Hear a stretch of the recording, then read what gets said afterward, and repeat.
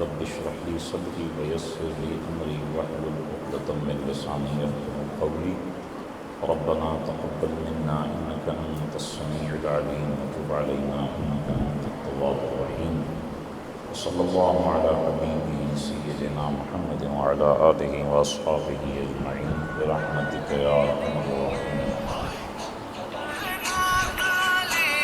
معزز سامعین السلام علیکم ورحمۃ اللہ وبرکاتہ.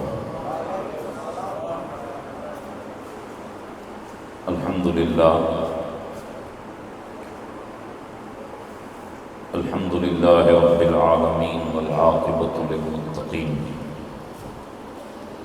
والصلاة والسلام علی سیدنا وسید الانبیاء والمرسلین وعلى آلہ الطیبین الطاہرین واصحابہ المکرمین المعظمین اما بعد فاعوذ باللہ من الشیطان الرجیم بسم اللہ الرحمن الرحیم قل ان کان آباؤکم وابناؤکم واخوانکم وازواجکم وعشیرتکم وأموال اقترفتموها وتجارة تخشون كسادها ومساكن ترضونها أحب إليكم من الله ورسوله وجهاد في سبيله فتربصوا حتى يأتي الله بأمره والله لا يهدي القوم الفاسقين. صدق الله العظيم وصدق رسوله النبي الأمين الكريم ونحن على ذلك لمن الشاهدين والشاكرين والذاكرين والحامدين والحمد لله رب العالمين. وہ نبیوں میں رحمت لقب پانے والا، مرادیں غریبوں کی بر لانے والا، وہ اپنے پرائے کا غم کھانے والا، مصیبت میں غیروں کے کام آنے والا، وہ دانائے سبل ختم الرسل مولائے کل کے جس نے غبار راہ کو بخشا فروغ وادی سینہ، یعنی جناب احمد مجتبی محمد مصطفیٰ ارواحنا فدا صلی اللہ علیہ وآلہ وسلم کی بارگاہ ناز میں عقیدت و محبت کے ساتھ درود پاک کا ہدیہ نچھاور کریں اور پڑھیں بآواز بلند اللہم صلی علی سیدنا و مولانا محمد وعلی آلہ و اصحابہ وبارک وسلم. نبی اور آل نبی کی بارگاہ میں ایک مرتبہ اور ہدیہ درود پیش کریں، پڑھیں اللہم صلی علی سیدنا و مولانا محمد وعلی آلہ و اصحابہ وبارک وسلم. پورا مجمع بلند آواز سے عشق رسالت مآب میں جھوم کر کے ایک آواز ہو کر کے درود پاک پڑھیں صلی اللہ علیہ وآلہ صلی اللہ تعالی علیہ وآلہ وسلم صلاۃ و سلاما علیک یا حبیبی یا سیدی یا رسول اللہ صلی اللہ تعالی علیہ وآلہ وسلم. خلاق ارض و سما جل جلالہ وعم نوالہ کا بے پایا احسان ہے کہ اس نے ہمیں اپنے حبیب کا امتی بنایا ہے. یہ کرم بالائے کرم ہے کہ اس نے اپنے محبوب کے غلاموں میں رکھا ہے. دیکھیں آج بحمد اللہ تعالی ہم اپنے آپ کو غلام مصطفیٰ کہتے ہیں،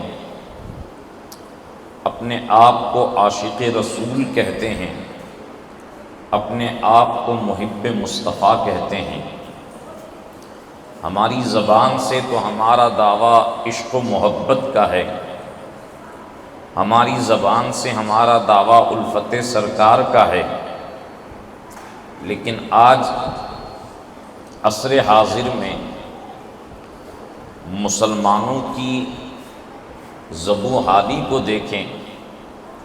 عصر حاضر میں ہماری ذلت و رسوائی کو دیکھیں، دور حاضر میں دنیا کے اندر ایک مسلمان کی پریشانی کو دیکھیں کہ صرف اس جگہ نہیں، پوری دنیا کے اندر ایک کلمہ گو انسان کو، ایک کلمہ پڑھنے والے مسلمان کو کس طرح ظلم و بربریت کی چکی میں پیسا جا رہا ہے، کس انداز سے مسلمانوں کی عزتوں کے ساتھ کھلواڑ کیا جا رہا ہے، کس انداز سے مسلمانوں کے جو ہے وہ احکام کو پامال کرنے کی ناپاک کوشش کی جا رہی ہے۔ آپ جو ہے وہ سطحی طور پر دنیا اسلام کے حالات کو دیکھیں، آپ عرب ممالک کو دیکھیں، آپ فلسطین کو دیکھیں، آپ ملک شام کو دیکھیں، آپ سیریا کو دیکھیں، آپ ہندوستان کے مسلمانوں کا جائزہ لیں۔ پچھلے کئی سالوں سے احکام شریعت میں تبدیل واقع کرنے کی ناپاک اور نازیبا کوششیں کی جا رہی ہے۔ پچھلے کئی سالوں سے مسلمانوں کو ظلم اور تشدد کا نشانہ بنایا جا رہا ہے۔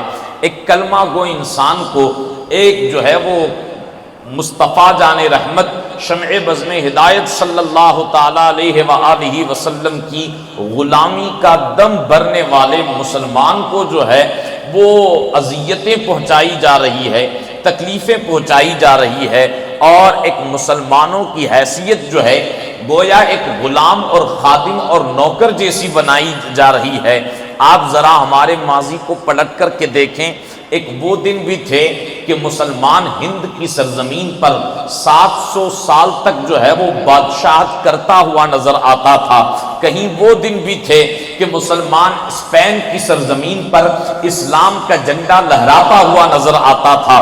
کہیں وہ دن بھی تھے کہ دنیا کے اندر قوم مسلم کے پاس حکمرانی تھی، بادشاہت تھی، حکومت تھی، اور آج جو لوگ مسلمانوں کو خادم اور نوکر کی حیثیت سے جانتے ہیں، ان کے باپ دادا قوم مسلم کے حکمرانوں کے آگے اور قوم مسلم کے بادشاہوں کے آگے جو ہے وہ کاسائے گدائی پھیلائے ہوئے کھڑے رہتے تھے۔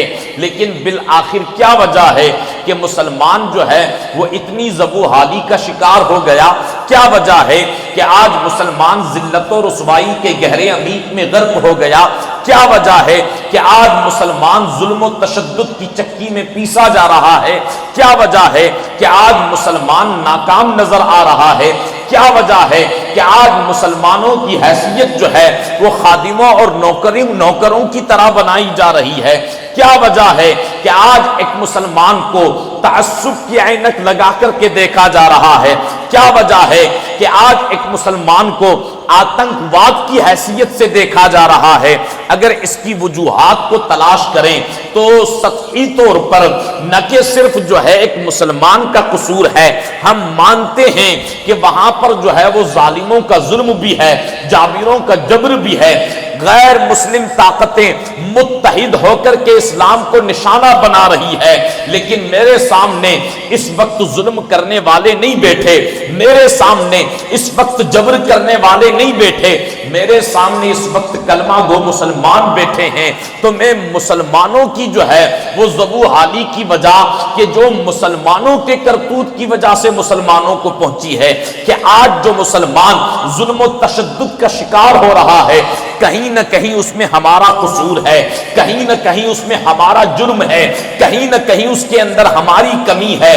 وہ کمی ہے تو کیا ہے؟ وہ جرم ہے تو کیا ہے؟ وہ ہمارے اندر خامی ہے تو کیا ہے؟ وہ خامی در حقیقت میں یہ ہے، وہ کمی در حقیقت یہ ہے کہ آج ہمارے دلوں کے اندر عشق مصطفیٰ کا جذبہ نہیں ہے، آج ہمارے دلوں کے اندر محبت مصطفیٰ کا جذبہ نہیں ہے۔ عشق مصطفیٰ کی چاشنی جو آج ہمارے سینوں میں نظر آ رہی ہے، وہ چاشنی آج ہمیں جو ہے ہمارے قلب کے اندر نظر نہیں آ رہی ہے۔ ہم دعویٰ تو کرتے ہیں کہ ہم عاشق مصطفیٰ ہیں، ہم دعویٰ تو کرتے ہیں کہ ہم محب مصطفیٰ ہیں، لیکن حال ہمارا یہ ہے کہ ہم جو ہے عشق کی علامت تک بھی نہیں پہنچے ہیں۔ دیکھیں، علامت اور چیز ہے، حقیقت اور چیز ہے۔ ہم عشق کا دعویٰ کرتے ہیں لیکن ہمارے اندر جو ہے عشق کی علامتیں بھی نہیں پائی جاتی ہے۔ یاد رکھیں، حقیقت کوئی اور چیز ہے علامت کوئی اور چیز ہے۔ یہ جلسے اور جلوس کرنا یہ عشق کی حقیقت نہیں ہے، یہ عشق کی علامت ہے۔ یہ نعرے لگانا عشق کی حقیقت نہیں ہے، عشق کی علامت ہے۔ یہ ذکر کی محفلیں سجانا یہ عشق کی حقیقت نہیں ہے، یہ عشق کی علامت ہے۔ آپ کہیں گے علامت کیا ہے، آپ کہیں گے حقیقت کیا ہے؟ اس کو میں ایک مثال کے ذریعے سمجھاؤں۔ مان لو کہ آپ کو یہاں سے اجمیر معلیٰ کا سفر کرنا ہے، آپ اجمیر معلیٰ جانا چاہتے ہیں، اجمیر شریف جانا چاہتے ہیں۔ آپ نے جو ہے وہ ایک کار کروائی، آپ بائی روڈ اجمیر معلیٰ کا سفر شروع کرتے ہیں۔ سفر کرتے کرتے کرتے کرتے آپ نے احمد آباد سے آگے سفر اپنا جاری کیا، تو احمد آباد سے آپ آگے بڑھے، آگے بڑھتے بڑھتے جیسے ہی گجرات کی حد ختم ہوئی تو آپ کو جو ہے وہ راجستھان کے شہروں کے جو ہے وہ بورڈ نظر آئیں گے کہ کسی جگہ پر روڈ کے پتھر پر جو ہے وہ اجمیر کا نام لکھا ہوگا اور ساتھ ساتھ ایرو کیا ہوگا، حالانکہ وہ نام لکھا ہے، وہاں پر ایرو کیا ہے، وہ پتھر اجمیر نہیں ہے، اجمیر جانے کی علامت بتا رہا ہے، وہ اجمیر جانے کی نشانی بتا رہا ہے۔ لیکن اگر کوئی بندہ گاڑی سے اتر کر کے نام اجمیر کو دیکھ کر کے، اجمیر کی اس علامت کو دیکھ کر کے اسی پتھر کو پکڑ کر کے بیٹھ جائے کہ اجمیر آ گیا، تو کہنے والا کہے گا نہیں تو بے وقوف ہے، یہ شہر نہیں ہے، یہ شہر کی حقیقت نہیں ہے، یہ تو اس شہر کی طرف جانے کی ایک علامت بتائی گئی ہے تاکہ راہ بھٹکو نہیں، تاکہ تمہیں اجمیر معلیٰ کا صحیح راستہ ملے۔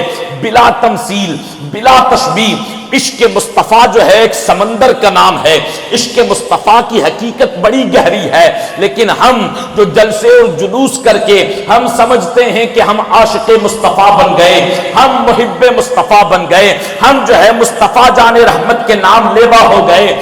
نہیں نہیں، یاد رکھو یہ ساری چیزیں عشق کی علامت ہے، حقیقت کا سمندر ابھی بہت دور ہے۔ اور یاد رکھیں رسول اللہ کا عشق وہ چیز ہے کہ اگر دل کے اندر مصطفیٰ جان رحمت کا عشق نہیں تو سمجھو کوئی چیز نہیں، اگر حضور کی محبت نہیں تو ہمارا ایمان ہی نہیں۔ قرآن میں رب اعلان فرماتا ہے قل ان کان آباؤکم وابناؤکم واخوانکم وازواجکم وعشیرتکم واموال اقترفتموها وتجارۃ تخشون کسادها ومساکن ترضونها احب الیکم من اللہ ورسولہ وجہاد فی سبیلہ فتربصوا حتی یأتی اللہ بامرہ واللہ لا یہدی القوم الفاسقین۔ رب فرماتا ہے اے حبیب آپ فرما دو اگر تمہارے باپ، تمہارے بھائی، تمہاری بیویاں، تمہارے رشتہ دار، تمہارا وہ مال کہ جس کے نفع اور نقصان کا تمہیں خوف ہے، اگر یہ اللہ و رسول سے زیادہ پیارے ہیں، اگر اللہ کی راہ میں جہاد کرنے سے زیادہ پیارے ہیں، تو رب فرماتا ہے فتربصوا تم انتظار کرو حتی یأتی اللہ بامری، یہاں تک کہ اللہ اپنا حکم سنا دے۔ واللہ لا یہدی القوم الفاسقین، اور اللہ فاسق قوم کو ہدایت نہیں دیتا ہے۔ یہ آیت پتا دیتی ہے ایمان کی جان اگر ہے تو حب مصطفیٰ ہے، حضور کا عشق ہے، حضور کی محبت ہے، حضور کا ذکر کرنا ہے، دل میں مصطفیٰ جان رحمت کی محبت کو بسانا ہے، در حقیقت یہی جان ایمان ہے۔ تبھی تو اعلیٰ حضرت کہتے ہیں اللہ کی سرتاح قدم شان ہے یہ، انسان ہی انسان وہ انسان ہے یہ، قرآن تو ایمان بتاتا ہے انہیں، ایمان یہ کہتا ہے میری جان ہے یہ۔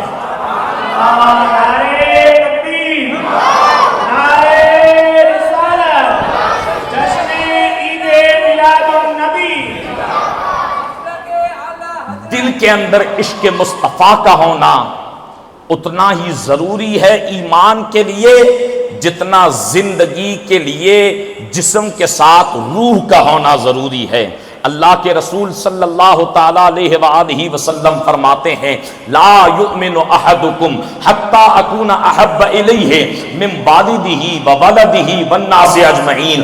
آقا فرماتے ہیں تم میں سے کوئی بندہ اس وقت تک کامل مومن نہیں ہو سکتا جب تک وہ اپنے باپ سے زیادہ، اپنی اولاد سے زیادہ، دنیا کے تمام لوگوں سے زیادہ مجھ کو محبوب نہ بنا لے۔ حضور کی محبت اصل ایمان ہے، حضور کی محبت جان ایمان ہے۔ دل کے اندر عشق مصطفیٰ کا ہونا ضروری ہے، اس لیے کہ عشق وہ چیز ہے، حضور کا عشق وہ چیز ہے کہ زمانے کے اندر جو ترقی کرنا چاہتا ہے نا، اس کے دل کے اندر عشق مصطفیٰ کا ہونا ضروری ہے، اسی کی ترقی دائمی ہوتی ہے۔ ورنہ جس کے دل کے اندر عشق مصطفیٰ نہیں ہوتا، وہ سب کچھ بننے کے باوجود بھی جب تک سانسیں چل رہی ہوتی ہے تب تک اس کی ترقی کے گیت گائے جاتے ہیں، لیکن جیسے ہی وہ قبر کے حوالے ہوتا ہے اس کا نام مٹ جایا کرتا ہے۔ یارو آج ہمارا قصور یہ ہے، یہ دل اللہ نے عشق کرنے کے لیے دیا ہے، یہ زبان اللہ نے ذکر مصطفیٰ کے لیے دی ہے، یہ دل دیا تھا عشق مصطفیٰ کے لیے، لیکن ہم نے حضور سے عشق کرنے کی بجائے اس دل کے اندر دنیا کے عشق کو بسایا، ہم نے دنیا والوں کے عشق کو بسایا، ہم نے جو ہے وہ فحاشوں اور بے حیائیوں کے عشق کو بسایا ہے۔ اور یہ عشق جو دنیا والوں کا ہوتا ہے نا، یہ بندے کا نام ہو بھی تو گمنام کر دیتا ہے، اگر عزت دار ہو بھی تو بے عزت کر دیتا ہے۔ یہ دنیا والوں کا عشق ہے کہ جہاں مکر ملتا ہے، جہاں دھوکہ ملتا ہے، جہاں بے وفائی ہوتی ہے۔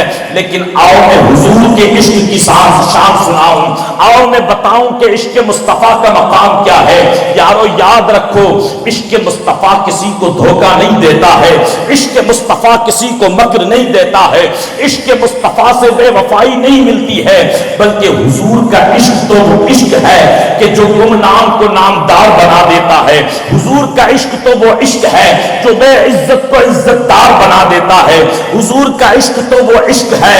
یہ رسول اللہ ہی کا عشق تھا کہ ابو قحافہ کے بیٹے کو صدیق اکبر بنایا ہے، یہ رسول اللہ کا عشق ہی تھا کہ جس نے خطاب کے بیٹے کو عدل انصاف کا پیکر بنایا ہے، یہ رسول اللہ کا عشق ہی تو تھا کہ جس نے عفان کے بیٹے عثمان کو شرم و حیا کا پیکر بنایا ہے، یہ رسول اللہ کا عشق ہی تو تھا جس نے حیدر کرار کو صحابہ مشکل کشا بنایا ہے، یہ رسول اللہ کا عشق ہی تو تھا کہ جس نے اپنے سفر کو ابو ہریرہ بنایا ہے، یہ رسول اللہ کا عشق ہی تو تھا کہ جس نے بے در کو ابو ذر کر دیا ہے، یہ رسول اللہ کا عشق ہی تو تھا جس نے ابو ایوب انصاری کو میزبان رسول بنا دیا ہے، یہ رسول اللہ کا عشق ہی تو تھا کہ جس نے ابو عبیدہ ابن جراح کو امین الامت بنا دیا ہے، یہ رسول اللہ کا عشق ہی تو تھا جس نے حذیفہ ابن جمان کو رازدار مصطفیٰ بنا دیا ہے، یہ مصطفیٰ جان رحمت کا عشق تھا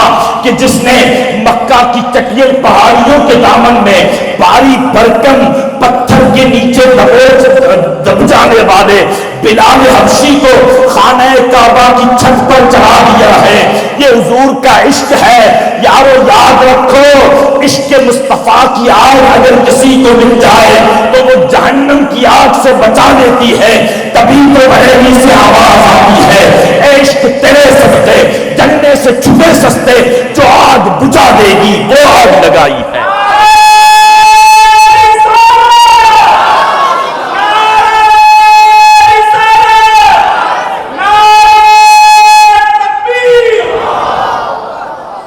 اور عشق کسے کہتے ہیں؟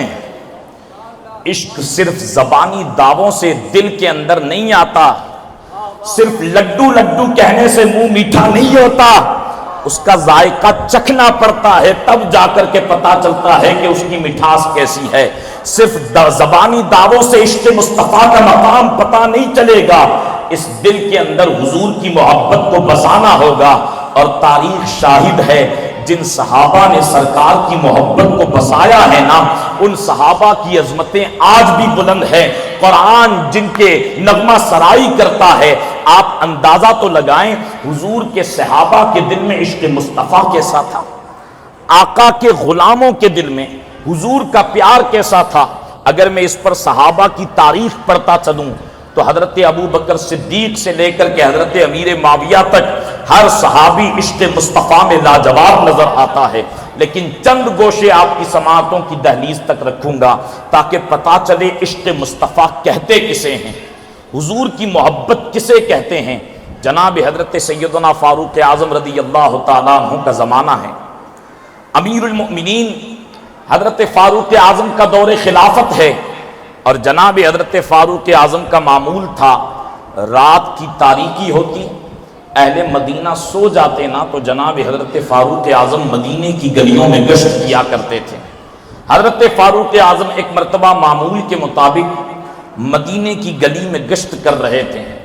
چلتے چلتے چلتے چلتے حضرت فاروق اعظم رضی اللہ تعالیٰ عنہ نے ایک بڑھیا کے مکان پر پہنچ کر کے آواز سنی کہ اس مکان سے بڑھیا رسول اللہ کی نعت پڑھ رہی تھی، حضور پر سلام پیش کر رہی تھی۔ جناب حضرت فاروق اعظم نے جب اس بڑھیا کے اشعار سنے ہیں نا، نعتیہ اشعار، تو فاروق اعظم جیسا جلیل القدر صحابی، ان کی آنکھوں سے آنسو جاری ہو جاتا ہے، زار و قطار روتے ہیں، محبوب کی یاد آتی ہے۔ حضرت فاروق اعظم نے اس بڑھیا کی دہلیز پر دستک دی ہے، جیسے ہی دستک دی اس بڑھیا نے کہا آدھی رات کو کون ہے؟ امیر المؤمنین کہتے ہیں مائی خطاب کا بیٹا عمر آیا ہے، دروازہ کھولیں۔ بڑھیا نے کہا، دروازہ کھول کر کے کہا عمر آدھی رات کو آنا کیسا؟ جناب حضرت فاروق اعظم رو رہے ہیں، کہتے ہیں کہ بڑھیا میں گشت کرتے کرتے تیرے مکان تک پہنچانا تو میں نے کیا دیکھا کہ تم میرے نبی کی نعت پڑھ رہی ہے اور میرے نبی کی بارگاہ میں سلام پیش کر رہی ہے اور دعا کر رہی ہے کہ قیامت کے دن مصطفیٰ جان رحمت کا قرب مل جائے۔ حضرت فاروق اعظم کہتے ہیں مائی تجھے خدا کا واسطہ ایک مرتبہ پھر میرے نبی کی نعت پڑھنا، ایک مرتبہ پھر میرے نبی پر سلام پڑھنا، تیرا وہ انداز نرالا ہے، تیرے اشعار کو سن کر کے مجھے رسول اللہ کی یاد آئی ہے۔ جناب حضرت فاروق اعظم بیٹھتے ہیں، وہ بڑھیا نعت پڑھنا شروع کرتی ہے، فاروق اعظم زار و قطار روتے ہیں۔ جب اس بڑھیا نے نعت پڑھتے پڑھتے اس میں اشعار میں یہ دعا کی، اے میرے محبوب قیامت کے دن آپ کے قرب میں مجھے بھی جگہ دینا۔ حضرت فاروق اعظم کہتے ہیں مائی صرف اپنے لیے نہ مانگ، یہ عمر بھی تو رسول اللہ کا قرب چاہتا ہے، عمر کے لیے بھی دعا کر دے کہ میدان محشر میں مصطفیٰ کا رحمت کا قرب مل جائے۔ یہ تھا عشق مصطفیٰ جناب حضرت سیدنا فاروق اعظم رضی اللہ تعالیٰ عنہ کا۔ اتنا ہی نہیں، صحابہ جو حضور سے محبت فرماتے تھے نا، ویسے دنیا کے اندر بڑے بڑے عاشق گزرے ہیں، لیکن صحابہ کے عشق کا جواب نہیں ہے۔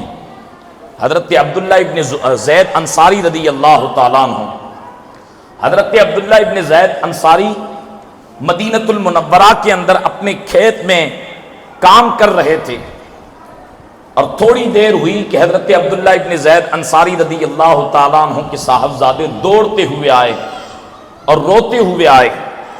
عبداللہ ابن زید انصاری رضی اللہ تعالیٰ عنہ نے کہا کہ بیٹے کیا بات ہے، اس طرح دوڑتے ہوئے آئے ہو، روتے ہوئے آئے ہو، کیا خبر لے کر کے آئے ہو ایسی غم کی کہ تمہاری جو ہے وہ آنکھوں میں آنسو ہیں اور تمہارے جسم کے اندر کپکپاہٹ طاری ہے؟ تو عبداللہ ابن زید انصاری رضی اللہ تعالیٰ عنہ کے بیٹے نے کہا کہ ابا بڑی غم کی خبر لے کر کے آیا ہوں۔ کہا بیٹے جلدی بتاؤ کون مدینے سے رخصت ہوا ہے؟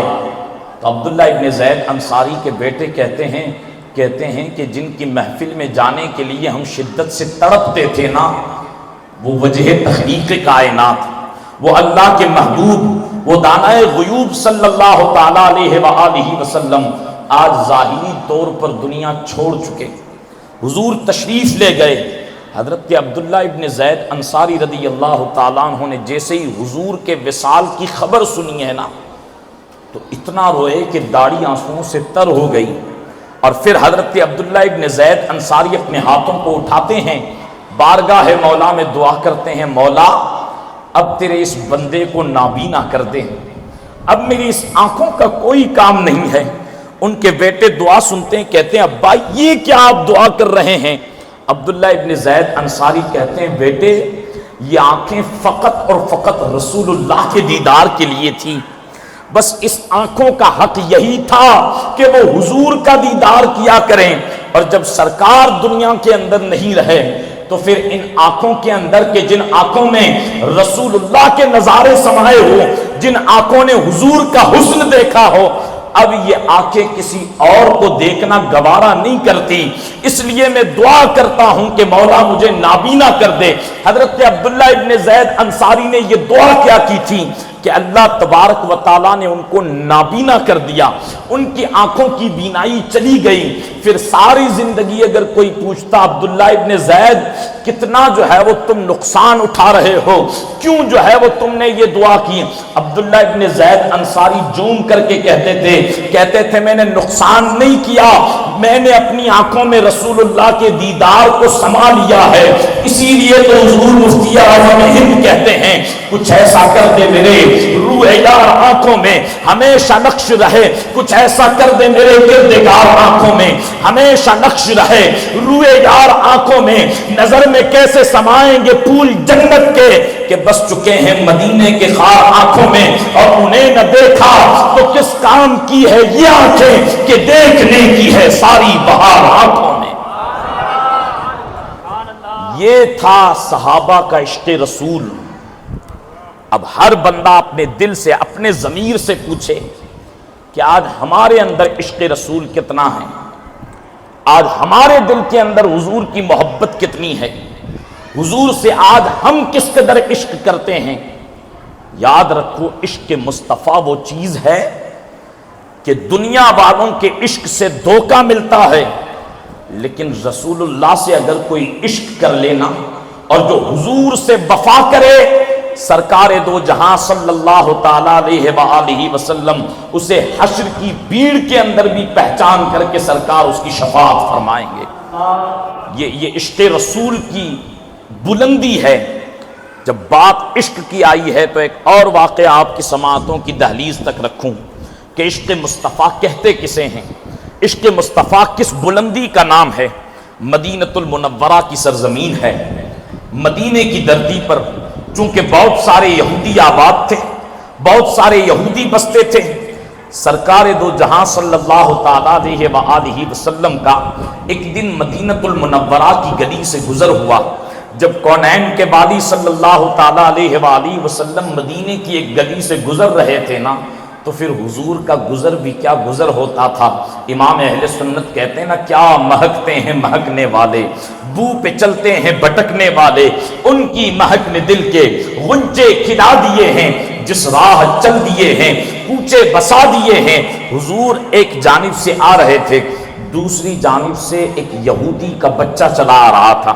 اس یہودی کے بچے نے ایک مرتبہ حسن مصطفیٰ کا دیدار کیا، آقا دو جہاں صلی اللہ تعالیٰ علیہ وآلہ وسلم کے جمال جہاں آرا کو دیکھا نا تو حضور سے محبت ہو گئی، سرکار سے پیار ہو گیا، حضور سے عشق ہو گیا۔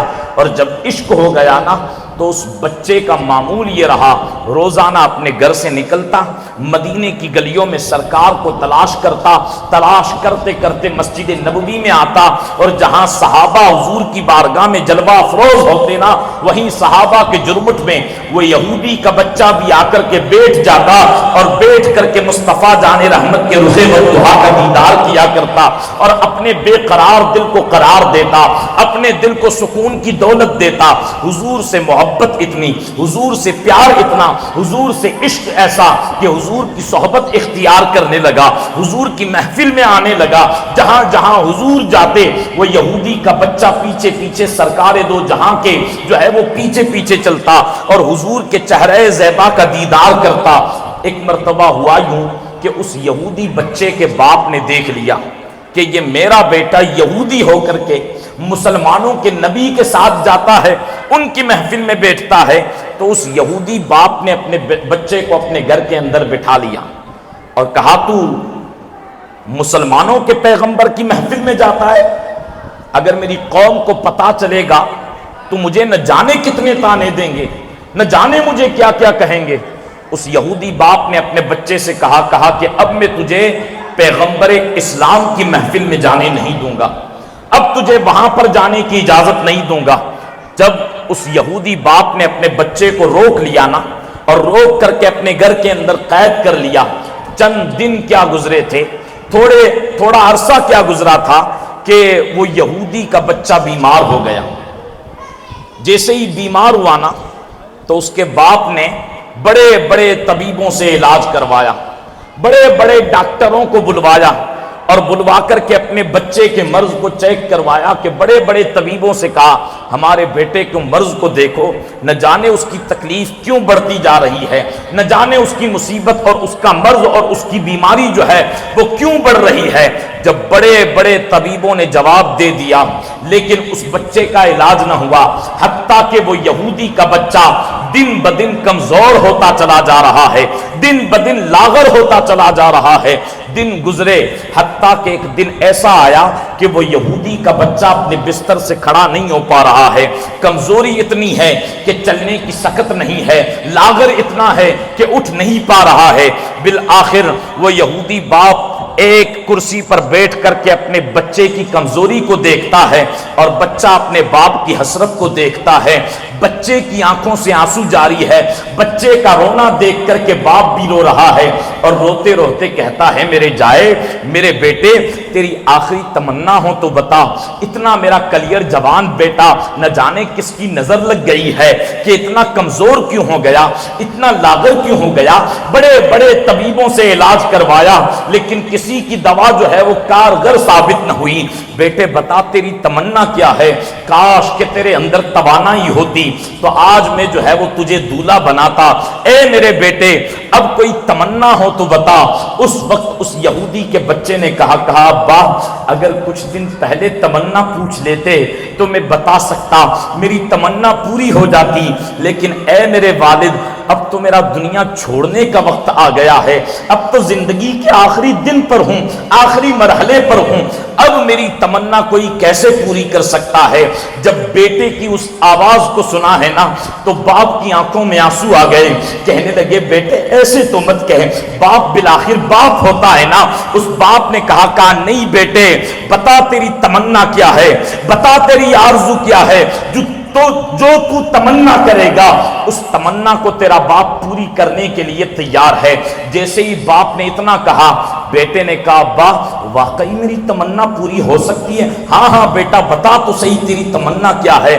اس بیٹے نے رونا شروع کر دیا، وہ بیٹا چیخنے لگا، رونے لگا، آنکھوں سے ٹپ ٹپ آنسو گر رہے ہیں۔ وہ باپ اپنے بیٹے کی پیشانی پر ہاتھ پھیر کر کے کہتا ہے بیٹے کیوں مایوس ہوتا ہے، کیوں تیری آرزوؤں کا جنازہ نکالتا ہے، بیٹے بتا تو صحیح کیا تمنا ہے۔ بیٹے نے پھر کہا ابا پوری کرو گے نا؟ ہاں بیٹا پوری کروں گا۔ ابا وعدہ کرتے ہیں؟ ہاں بیٹا وعدہ کرتا ہوں۔ اس بچے نے اس وقت کہا ابا بات یہ ہے کہ مجھے کوئی مرض نہیں ہے، مجھے جسم کے اندر کوئی تکلیف نہیں ہے۔ کہا بیٹے اتنے دنوں سے تیرا مرض بڑھتا جا رہا ہے اور تو کہتا ہے تجھے کوئی مرض نہیں ہے، تجھے کوئی تکلیف نہیں ہے۔ کہا ہاں ابا اگر میری بات مانو تو میرے خون کے اندر کوئی بیماری نہیں ہے، میرے جسم کے اندر کوئی مرض نہیں ہے۔ کہا بیٹے پھر یہ حالت، یہ کمزوری، حتیٰ کہ تو موت کے قریب پہنچ گیا ہے، بیٹے بتا تو صحیح بات کیا ہے۔ اس وقت اس بیٹے نے روتے ہوئے کہا مرض جو ہے نا وہ عشق کا مرض ہے، مریض عشق پہ رحمت خدا کی، مرض بڑھتا گیا جو دوا کی۔ کہا اے ابا یہ مرض جو ہے وہ کوئی بیماری نہیں، یہ در حقیقت عشق مصطفیٰ کا مرض ہے۔ چونکہ میں مسلمانوں کے پیغمبر سے پیار کرتا ہوں، میں پیغمبر اسلام سے محبت کرتا ہوں، میرے دل میں عشق مصطفیٰ ہے۔ اور کہا ابا جب تک ان کا دیدار نہیں کر لیتا نا تب تک میرے بے قرار دل کو قرار نہیں آتا ہے، تب تک میرے بے اطمینان دل کو اطمینان کی دولت نہیں ملتی ہے۔ ابا آج کئی دن ہو گئے ہیں میں نے محبوب کے چہرے زیبا کا دیدار نہیں کیا ہے، میں نے اس حسین و جمیل رسول کو نہیں دیکھا ہے، اور اے میرے والد بس ان کے دیکھنے کے لیے دل تڑپتا ہے اور اسی وجہ سے میں اتنا لاغر و کمزور ہو گیا ہوں۔ کہا ابا تم نے وعدہ کیا ہے میری تمنا کو پوری کرو گے؟ کہا بیٹے بتا۔ کہا ابا تمنا یہ ہے ایک مرتبہ اس رسول کی بارگاہ میں جائیں نا، ایک مرتبہ اس محبوب کے پاس جا کر کے عرض کریں نا کہ وہ ہمارے گھر تشریف لائیں، ایک مرتبہ اپنے چہرے کا دیدار کرا دیں، ایک مرتبہ اپنے حسن کا نظارہ کرا دیں۔ اگر ان کے چہرے کو دیکھوں گا نا امید ہے میرا مرض جو ہے وہ ختم ہوتا ہوا نظر آئے گا، میرے بے قرار دل کو قرار ملے گا، میرے قلب کو سکون اور اطمینان کی دولت نصیب ہوگی۔ ابا زندگی اور موت کی آخری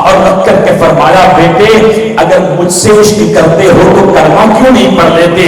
ابھی اتنا سننا تھا، اس بچے نے اپنے باپ کی طرف دیکھا، جیسے ہی باپ کی طرف دیکھا اس یہودی باپ نے اشارہ کرتے ہوئے کہا آج جو پیغمبر اسلام کہتے ہیں وہ کر لو۔ جب باپ نے کہا نا، اس بچے نے اپنی ننھی زبان سے اشہد ان لا الہ الا اللہ و اشہد ان محمد رسول اللہ کی صدا بلند کی ہے۔ جب اس نے کلمہ پڑھ لیا نا تو تھوڑی دیر کے بعد سرکار اس کے بستر سے اٹھے اور اٹھ کر کے اس کے گھر سے نکلنے لگے۔ جیسے ہی ابھی حضور نے اس کے گھر سے باہر قدم رکھا تھا نا کہ اس یہودی بچے کے باپ نے آہ بھری اور پیغمبر اسلام سے کہا اے محمد میرا بیٹا دنیا چھوڑ گیا، اس کی روح تن سے جدا ہو گئی، اس کا جسم جو ہے وہ ٹھنڈا پڑ گیا۔ جیسے ہی حضور نے سنا صحابہ سے کہا جاؤ اندر جا کر کے دیکھو۔ صحابہ اندر گئے، کیا دیکھا کہ واقعی اس بچے کا انتقال ہو گیا ہے، واقعی اس بچے کی روح تن سے جدا ہو گئی ہے۔ صحابہ نے آ کر کے حضور کی بارگاہ میں عرض کی یا رسول اللہ وہ یہودی کا بیٹا جو ہے وہ انتقال کر گیا۔ حضور واپس پلٹے، اس یہودی سے کہا یہ تیرا بیٹا انتقال کر گیا ہے لیکن جاتے جاتے ایمان کی دولت ساتھ لے کر کے گیا ہے۔ مصطفیٰ جان رحمت نے فرمایا یہ اللہ کی توحید اور میری رسالت کی گواہی دیتے ہوئے گیا ہے، اس کا خاتمہ ایمان پر ہوا ہے۔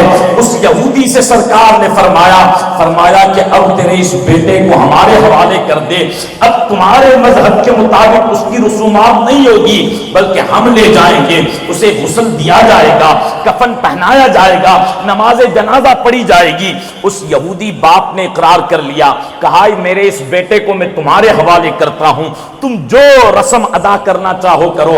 اب اس یہودی کو جو ہے وہ یہودی کے بچے کو صحابہ نے لیا ہے اور لے جا کر کے اسے غسل دیا، کفن پہنایا، اور جیسے ہی کفن پہنا کر کے صحابہ حضور کی بارگاہ میں عرض کرتے ہیں یا رسول اللہ صلی اللہ تعالی علیہ وآلہ وسلم اس کا جنازہ تو یہاں پر تیار ہو گیا، غسل دے دیا گیا، کفن پہنا دیا گیا، لیکن حضور اس کا باپ تو یہودی ہے اور بیٹا جو ہے وہ مسلمان ہے۔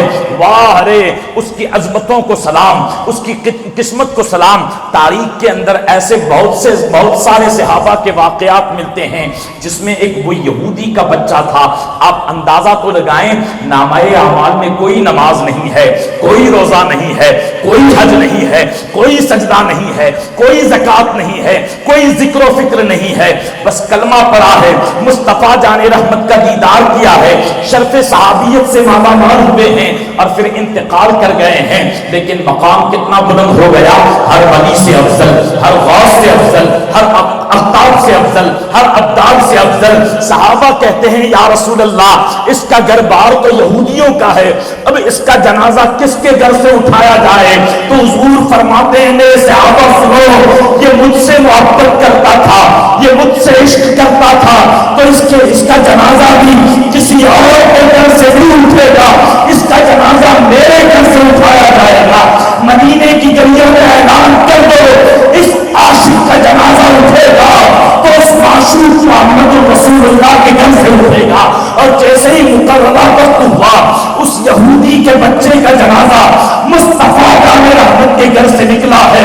جناب حضرت صدیق اکبر بھی سلام کر رہے ہیں، فاروق اعظم بھی سلام پیش کر رہے ہیں، بڑے بڑے صحابہ رشک کرتے ہوئے نظر آتے ہیں اور تمنا کرتے ہیں کاش اس بھگوڑے میں اس بچے کی جگہ پر ہم سوئے ہوتے تو ہمارا جنازہ بھی مصطفیٰ جان رحمت کے گھر سے نکلتا ہوا نظر آتا۔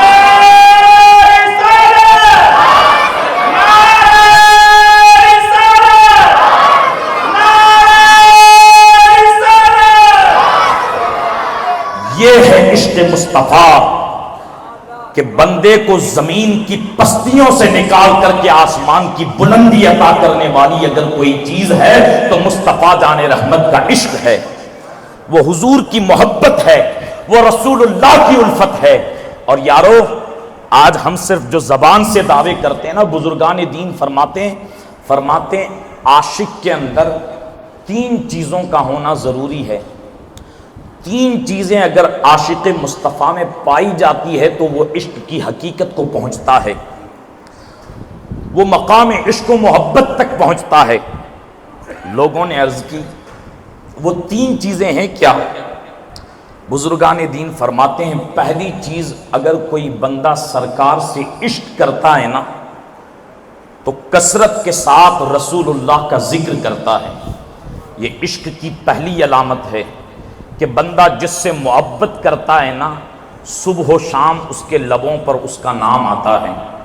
اگر ہم بچے سے محبت کرتے ہیں نا تو دن رات ہماری زبان پر بچے کا نام آتا ہے۔ اگر پیر سے محبت کرتے ہیں نا تو دن رات ہماری زبان پر پیر کا نام آتا ہے۔ اگر کوئی رسول اللہ سے سچا عشق کرے تو سچے عشق مصطفیٰ کی نشانی یہ ہے کہ اس کے لبوں پر کثرت کے ساتھ رسول اللہ کا ذکر ہوتا ہے۔ اب ہر بندہ اس قانون کے آئینے میں اپنے ضمیر کی طرف دیکھے اور سوچے کہ کتنے دن ہو گئے ہم نے سرکار کو یاد نہیں کیا ہے، ہم نے حضور کا ذکر نہیں کیا ہے، ہم نے اپنی زبان سے سرکار کا نام نہیں لیا ہے۔ یارو یہ ایسے ہی عشق مصطفیٰ کا مقام نہیں ملتا۔ منزل عشق میں تسلیم و رضا مشکل ہے، جن کے رتبے ہیں سوا ان کو سوا مشکل ہے۔ یا آج کس راہ پر ہم چل بیٹھے ہیں کہ ہماری زبان بھی دنیا کے اندر لگا دی، ہمارے جو ہے وہ حرکتیں بھی دنیا کے اندر لگا دی، نہ ہمارے ذہن کے اندر خیالات مصطفیٰ ہے، نہ ہمارے دل کے اندر حضور کی یاد ہے۔ یہ زندگی دنیا داری کے لیے اللہ نے نہیں دی، یہ زندگی مصطفیٰ جان رحمت سے پیار کرنے کے لیے دی ہے۔ تبھی تو حضور تاج الشریعہ کہتے ہیں زندگی یہ نہیں ہے کسی کے لیے، زندگی ہے نبی کی نبی کے لیے، اور نہ سمجھ مرتے ہیں زندگی کے لیے، جینا مرنا ہے سب کچھ نبی کے لیے۔ ہاں اللہ نے یہ سانسیں عطا فرمائی ہے، یہ عشق مصطفیٰ کے لیے عطا فرمائی ہے، یہ حضور کی محبت کے لیے عطا فرمائی ہے، یہ حضور کی یاد کے لیے عطا فرمائی ہے، یہ زبان دی ہے تو ذکر مصطفیٰ کے لیے اللہ نے عطا فرمائی ہے۔ تبھی تو اعلیٰ حضرت کہتے ہیں دہن میں زبان تمہارے لیے، بدن میں حجاب تمہارے لیے، ارے ہم آئے یہاں تمہارے لیے، اٹھے بھی وہاں تمہارے لیے۔ ہاں تو یہ زبان ذکر مصطفیٰ کے لیے ہے۔ تو عشق مصطفیٰ کی سب سے پہلی علامت جو عاشق کے اندر ہونی چاہیے وہ یہ ہے کہ اگر کوئی عاشق مصطفیٰ ہو تو کثرت کے ساتھ وہ رسول اللہ کو یاد کرتا ہے، وہ حضور کو یاد کرتا ہے۔ یارو یہ دنیا والوں کے تذکرے ہوں گے کہ پوری زندگی اگر کسی کی آپ تعریف کرو نا آپ کی قدر نہیں کرے گا، ساری زندگی اگر کسی رئیس اور کسی امیر کی سخاوت کے گیت گاؤ نا وہ آپ کے ساتھ وفا نہیں کرے گا۔ لیکن یہ فقط عشق مصطفیٰ ہے، عشق مصطفیٰ کہ زندگی کے اندر کوئی حضور کو کثرت سے یاد کرے گا نا تو میزان عمل پر اگر اس کی نیکیاں کم بھی بڑھ گئی تو سرکار میزان پر آ کر کے اس کی نیکیوں والا پلڑا بھاری کرائیں گے۔ جب وہ غلام پوچھے گا آقا اس پرچی کے اندر تھا کیا کہ جس سے میری نیکیوں والا پلڑا بھاری ہو گیا، تو حضور فرمائیں گے تو بھول گیا ہے لیکن میں دنیا کے اندر مجھ کو یاد کرنے والے کو فراموش نہیں کرتا۔ یہ ذکر مصطفیٰ کی برکتیں ہیں۔ تو عاشق مصطفیٰ ہونے کی سب سے پہلی علامت یہ ہے کہ وہ کثرت کے ساتھ رسول اللہ کا ذکر کریں۔ بزرگان دین فرماتے ہیں دوسری علامت، فرمایا دوسری علامت تعظیم مصطفیٰ ہے کہ حضور سے عشق کرنے کی دوسری علامت یہ ہے کہ سرکار دو جہاں کی تعظیم کی جائے۔ اب حضور کی تعظیم ہم کسے کہتے ہیں؟ ہم نے تعظیم مصطفیٰ کا دائرہ محدود کر دیا۔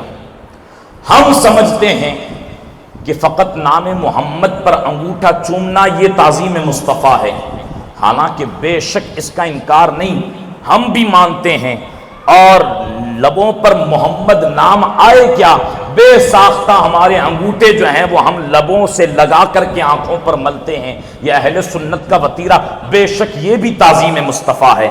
ہم سمجھتے ہیں کہ جب سرکار پر صلاۃ و سلام پڑھا جائے تو باادب کھڑے ہو جائیں، بے شک یہ بھی تعظیم مصطفیٰ ہے، لیکن تعظیم مصطفیٰ کا دائرہ یہاں تک محدود نہ کرو۔ تعظیم کہتے کسے ہیں؟ اسے میں ایک مثال کے ذریعے سمجھاؤں۔ مان لو کہ آپ اپنے دوست و احباب کی محفل میں ہوتے ہیں نا، تو آپ اپنے بڑوں سے، ماں باپ سے چھپ کر کے سگریٹ پیتے ہیں۔ مثال دے رہا ہوں، توجہ سے سنیے گا۔ دوست و احباب کی محفل میں ہوتے ہیں، جب باپ سامنے نہیں ہوتا، دادا سامنے نہیں ہوتا، گھر کا کوئی بزرگ سامنے نہیں ہوتا نا، تو ہم یاروں کی محفل کے اندر سگریٹ نکال کر کے پیتے ہیں۔ لیکن ابھی سگریٹ نکالی ہو، جلائی ہو، لبوں پر لگائی ہو، اور اچانک وہاں پر باپ آ جائے تو ہم کیا کریں گے؟ باپ کی تعظیم میں فوراً جو ہے وہ سگریٹ پھینک دیں گے کہ نہیں، باپ کی تعظیم ہے۔ کیا ہے باپ کی تعظیم؟ ہے کہ ہم وہ عمل کرنا چھوڑ دیں گے۔ کیوں؟ اس لیے کہ باپ دیکھ رہا ہے۔ دوسری مثال سمجھیں، مانو کہ ہم پراگندہ کپڑوں کے اندر زبان سے گالی گلوچ بھی کر رہے ہیں، لیکن تھوڑی دیر ہوئی کہ اس جگہ سے ہمارے پیر و مرشد کا گزر ہوا یا ہمارے استاذ کا گزر ہوا، جیسے ہی استاذ کو یا پیر کو دیکھیں گے تو تعظیم کیا ہوگی؟ ہماری زبان کو گالی گلوچ سے روک دیں گے۔ کیوں؟ اس لیے کہ استاذ دیکھ رہا ہے، پیر دیکھ رہا ہے۔ یہ باپ کی تعظیم ہے نا، یہ پیر کی تعظیم ہے نا، یہ استاذ کی تعظیم ہے نا، کہ کوئی عمل بد کر رہے ہوں اور اچانک باپ آ جائے، استاد آ جائے، پیر آ جائے تو وہ برا عمل ترک کر دیتے ہیں باپ کی تعظیم کے لیے کہ باپ دیکھ رہا ہے، استاذ کی تعظیم کے لیے کہ استاذ دیکھ رہا ہے، پیر کی تعظیم کے لیے کہ پیر دیکھ رہا ہے۔ اب ہر بندے سے میں ایک سوال کرتا ہوں، ہاتھ اٹھا کر کے جواب دینا، کیا ہمارا یہ عقیدہ ہے کہ ہمارے نبی زندہ ہے؟ وہ ہاتھ اٹھائے۔ یہ عقیدہ ہے نا ہمارے نبی زندہ ہے؟ دوسری بات، یہ زندہ ہونے کا ثبوت پر میں نے کل مفصل تقریر فرمائی تھی۔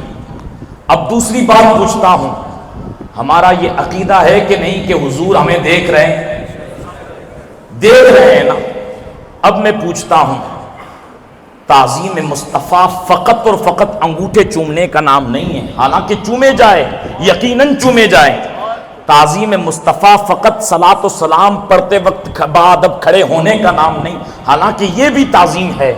لیکن جب ہمارا عقیدہ ہے کہ حضور زندہ ہیں اور ہمیں دیکھ رہے ہیں، اور فقط دیکھ نہیں رہے، قرآن کہتا ہے النبی اولیٰ بالمؤمنین من انفسہم، رسول اللہ اپنی غلاموں کی شہرت سے بھی قریب ہیں۔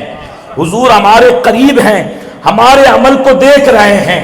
اب حضور دیکھ رہے ہوں، اس کے باوجود بھی ہماری زبان پر گالی ہو، حضور دیکھ رہے ہوں، اس کے باوجود بھی ہم حرام کاروبار کرتے ہوئے نظر آئیں، حضور دیکھ رہے ہوں، اس کے باوجود بھی ہم سودی کاروبار کو جاری رکھیں، حضور دیکھ رہے ہو پھر بھی موبائل کے اندر ہم بے حیائیاں دیکھیں، حضور دیکھ رہے ہو اس کے باوجود بھی ہم جوا کھیلتے ہوئے نظر آئیں، حضور دیکھ رہے ہو اس کے باوجود بھی ہم چہرے پر داڑھیوں کو کاٹ کر کے گٹروں میں پھینکتے ہوئے نظر آئیں۔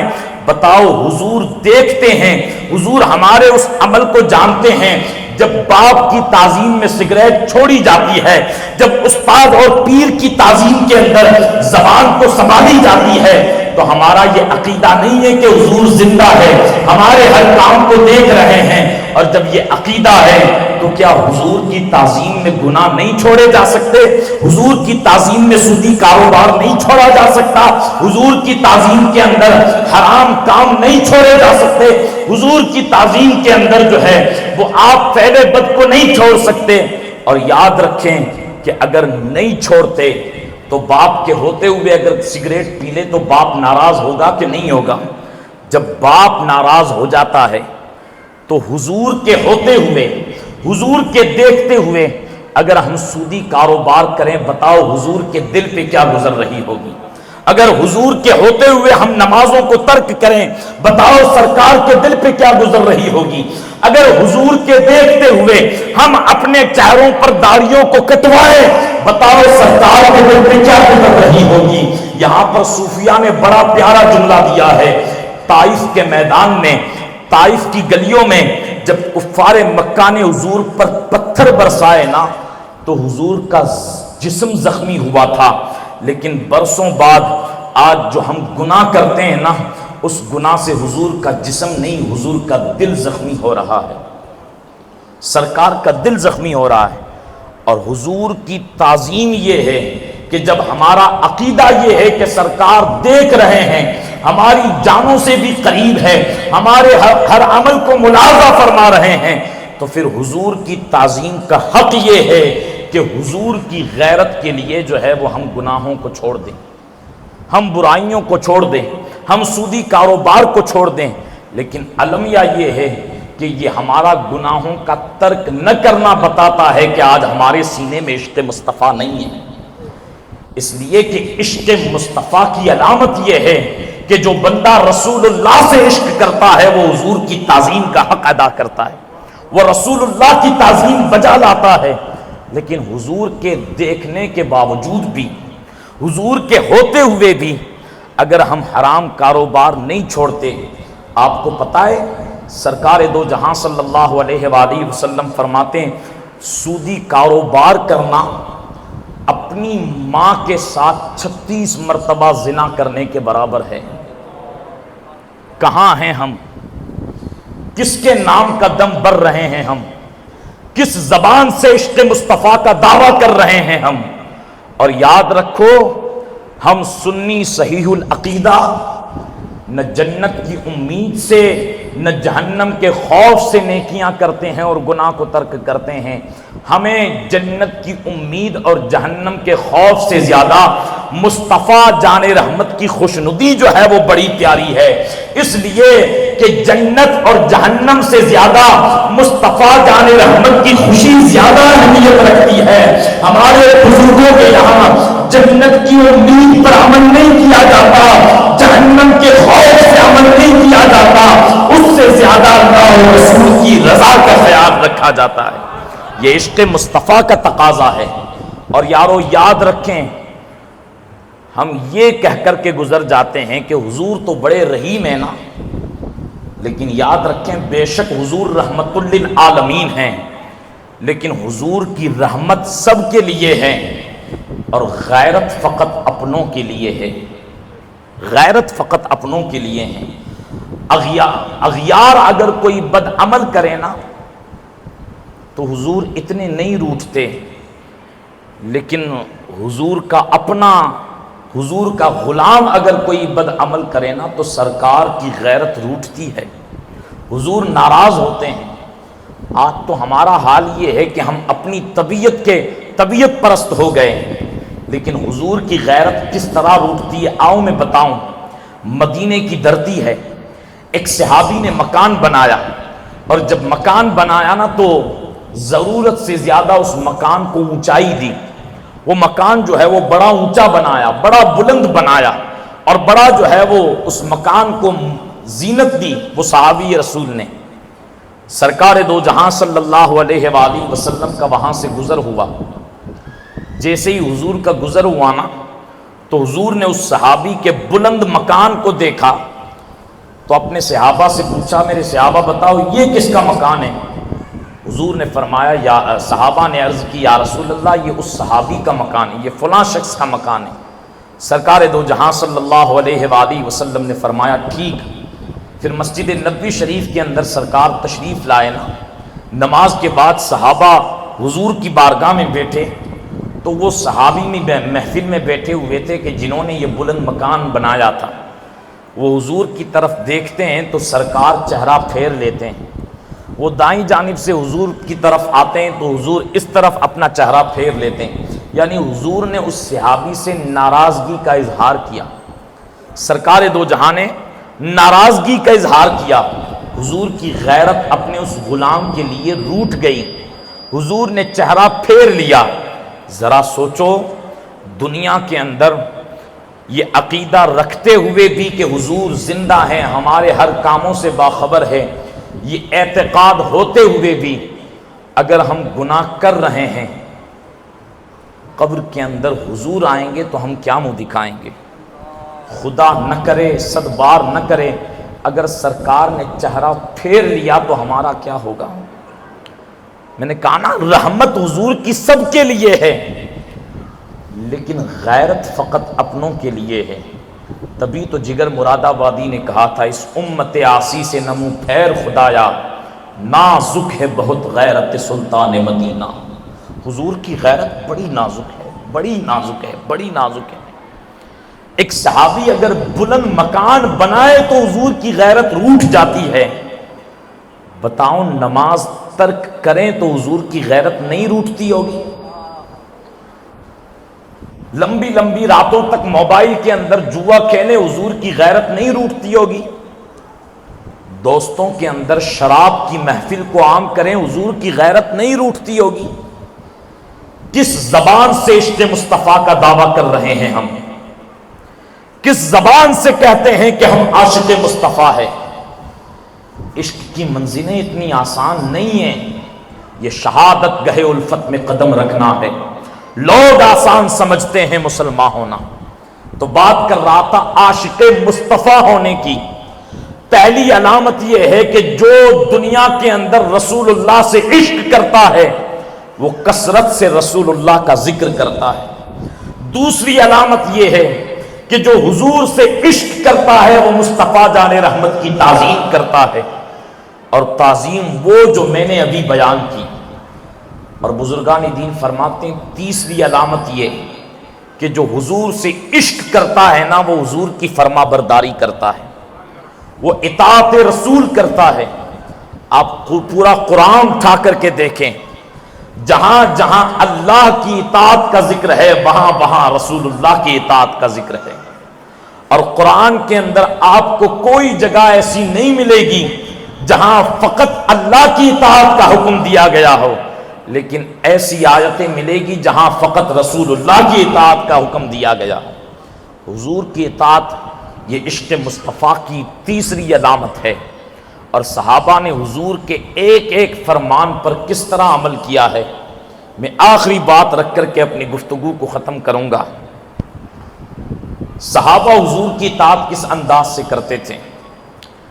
میدان احد کے لیے بلال حبشی رضی اللہ تعالیٰ عنہ نے رات کے وقت حضور کے حکم سے مدینے کی گلیوں کے اندر ندا دی ہے، اے مجاہدو چلو میدان احد کے اندر جہاد کے لیے جانا ہے۔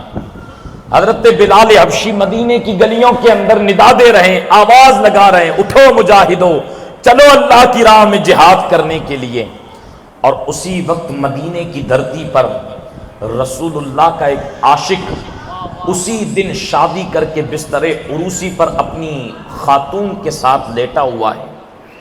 پہلی رات ہے اس عاشق کی، بستر عروسی ہے، شب عروسی ہے، جسے آج کی زبان کے اندر سہاگ رات کہتے ہیں، لیکن وہ حضور کا عاشق بھی کیسا عاشق ہے۔ بستر عروسی ہے، ساتھ میں بیوی لیٹی ہوئی ہے، اور بلال حبشی کی آواز اس عاشق کے کانوں تک پہنچتی ہے کہ چلو مجاہدو سرکار بلا رہے ہیں۔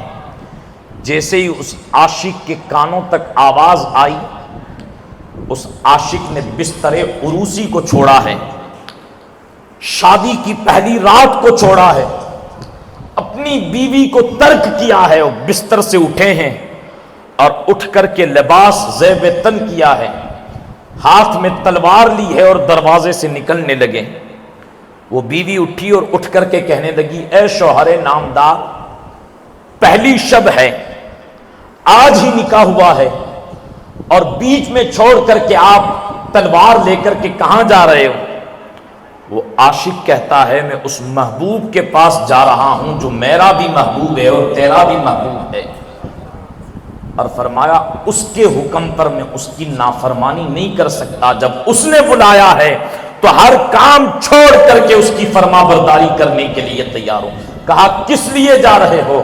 کہا آپ سنا نہیں بلال حبشی نے مدینے کی گلیوں کے اندر اعلان کیا جہاد کرنے کے لیے جانا ہے۔ قربان جاؤں وہ تقدس مآب خواتین بھی وہ کیسی عورتیں تھیں کہ اس عورت نے کہا جائیں فی امان اللہ، لیکن اس وقت تو اجازت دیتی ہوں، مجھے خوشی ہے کہ اگر زندہ واپس لوٹو گے تو غازی کی بیوی کہلاؤں گی، اور اگر میدان احد کے اندر شہید ہو گئے تو شہید کی بیوہ کہلاؤں گی۔ اس وقت تو مجھے چھوڑ کر جا رہے ہو، تمہیں اجازت دے رہی ہوں، لیکن وعدہ کرو قیامت کے دن جنت میں جاؤ گے تو مجھے چھوڑ کر کے نہیں جاؤ گے۔ اس رسول اللہ کے عاشق نے اپنی خاتون کے ساتھ وعدہ کیا، وعدہ کر کے حضور کے ساتھ میدان احد کے اندر پہنچے۔ حسن اتفاق جنگ احد کے اندر رسول اللہ کے اس عاشق کی شہادت ہو گئی۔ جب شہادت ہوئی نا تو سرکار دو جہاں صلی اللہ علیہ وآلہ وسلم بار بار آسمان کی طرف دیکھتے اور اس عاشق کے چہرے کی طرف دیکھتے۔ صحابہ نے عرض کی یا رسول اللہ صلی اللہ علیہ وآلہ وسلم، یہ آسمان کی طرف دیکھ کر کہ آپ کا مسکرانا کیسا ہے؟ حضور فرماتے ہیں تمہیں پتا نہیں، یہ میرا عاشق حنظلہ ہے کہ جس کو غسل دینے کے لیے آسمان سے اللہ نے فرشتوں کی جماعت کو بھیجا ہے۔ صحابہ عرض کرتے ہیں یا رسول اللہ، شہید کو تو غسل نہیں دیا جاتا، پھر حنظلہ کو فرشتوں نے غسل کیسے دیا؟ حضور نے فرمایا بات یہ ہے کہ آج اس کی شادی کی پہلی رات تھی جب بلال نے مدینے کی گلیوں کے اندر اعلان کیا تھا، اور شب عروسی کو چھوڑ کر کے، بستر عروسی کو چھوڑ کر کے میری اطاعت کے لیے میرا حنظلہ جس حال میں تھا اس حال میں تلوار لے کر کے میدان احد کے اندر آ گیا ہے۔ تو چونکہ وہ اس حالت میں تھا اس لیے اس کو طہارت اور غسل دینے کے لیے اللہ نے فرشتوں کی جماعت کو بھیجا ہے۔ یہ ہے سچے عاشق رسول کی اطاعت رسول، حضور کی فرما برداری، کہ جو حضور کا فرمان اور بلال حبشی کی ندا سن کر کے بستر عروسی چھوڑ کر کے میدان کارزار کے اندر اترتے ہیں۔ ذرا دل پر ہاتھ رکھ کر کے پوچھو، دن میں کتنی مرتبہ ہم مؤذن مسجد سے اذان کی صدائیں سنتے ہیں، اور سن کر کے ہم کتنی مرتبہ حضور کی آنکھوں کو ٹھنڈک پہنچانے کے لیے نماز کی ادائیگی کے لیے مسجد میں جاتے ہیں۔ یہ عشق رسول ہے، یہ حضور سے محبت ہے۔ یہ محبت نہیں ہے، یہ فقط دعویٰ ہے، یہ فقط زبانی نعرہ ہے۔ سچا پیار کریں حضور سے لو لگائیں، حضور سے عشق کریں، اسی لیے کہ دنیا کے اندر اگر حضور سے سچی وفا کر لینا تو اقبال کہتا ہے کی محمد سے وفا تو نے تو ہم تیرے ہیں، یہ جہاں چیز ہے کیا لوح قلم تیرے ہیں۔ محمد کی محبت دین حق کی شرط اول ہے، اسی میں ہو اگر خامی تو سب کچھ نامکمل ہے۔ اللہ تبارک و تعالی صحیح معنوں میں سرکار کا سچا اور پکا عشق عطا فرمائے، حضور کی محبت میں جلائے، حضور کی محبت میں ہمیں موت عطا فرمائے۔ وما علینا الا البلاغ المبین۔ السلام علیکم ورحمۃ اللہ وبرکاتہ۔